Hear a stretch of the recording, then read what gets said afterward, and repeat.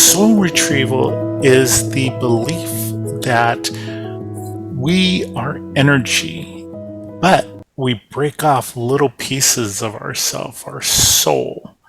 And most people say, well, we do it because of traumatic events. I believe that's true when big, hard stuff hits. But one of the things that happens more frequently is when we go into self-denial. When we go into self-denial, a little piece of us, kind of like a little dust particle, breaks off. And this happens for a huge, wide variety of reasons.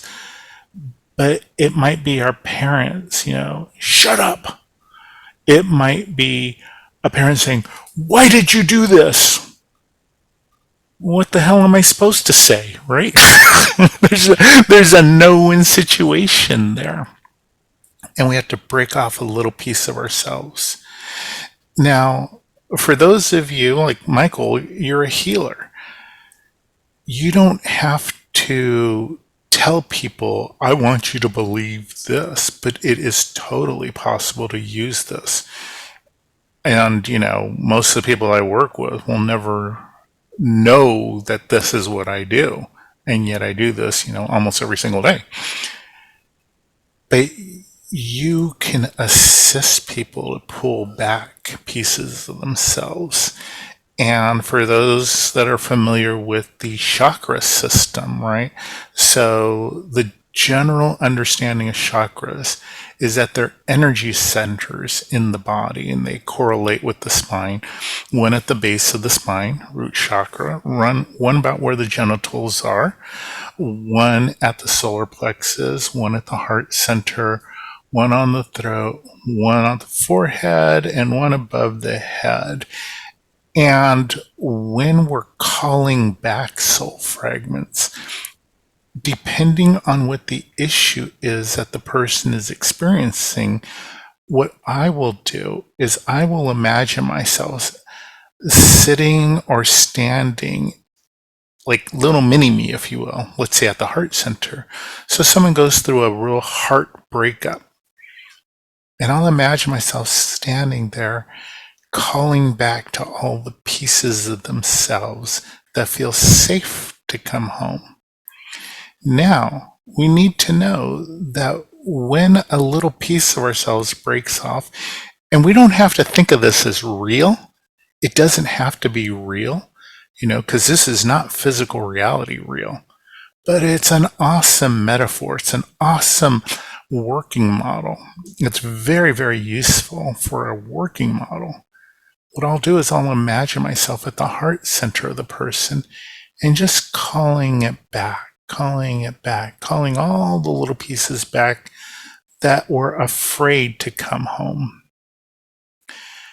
It's amazing stuff, because sometimes I can even see it real time, but certainly over the days or sometimes even weeks, people tell me, oh yeah, stuff started to shift 2 days later, 3 days later. Totally cool. So why is it, right? If we're thinking about this metaphorically, why is it that that would happen? Why is it that a piece would break off? And here I'm going to refer to a diagram. Now, understand, I am a master artist. There we go. Can everyone see my stick figures here? So my master art here is of the soul fragment process. And here on the left, we have what I call the incarnate self. This is the person that is living, walking, breathing around. And often as children, we go through something. It could be mom, it could be dad, yelling at a little kid, right? Kids are only 2-3 feet high in comparison to a 6 foot, 200-pound dad. And it's just intimidating, right? It's pure survival for the child, the perception of the child. They experience some kind of hurt, very often accompanied with, I can't believe that I allowed that to happen. And this is very common among abuse of various forms. I can't believe that I allowed that to happen. Man, when I'm in sessions and I hear that phrase, I can't believe that. It's like, okay, my little ears go up. Now here's what we're dealing with. The soul fragment, on the other hand, the little piece of this, is the piece that's holding the hurt so that the incarnate self can move forward. And it's there almost like it's holding it in hand in front of it so that it doesn't happen again.